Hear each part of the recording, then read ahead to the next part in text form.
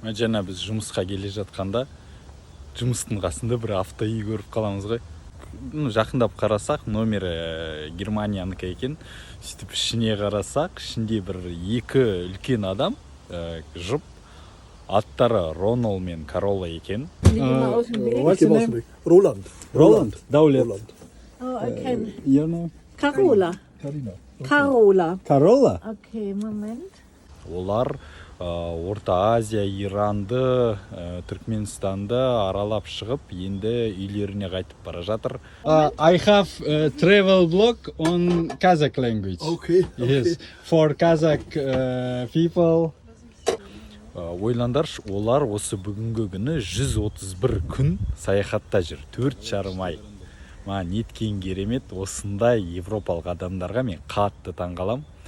Бар ағылшыншамызды салып сөйлестік, қонақ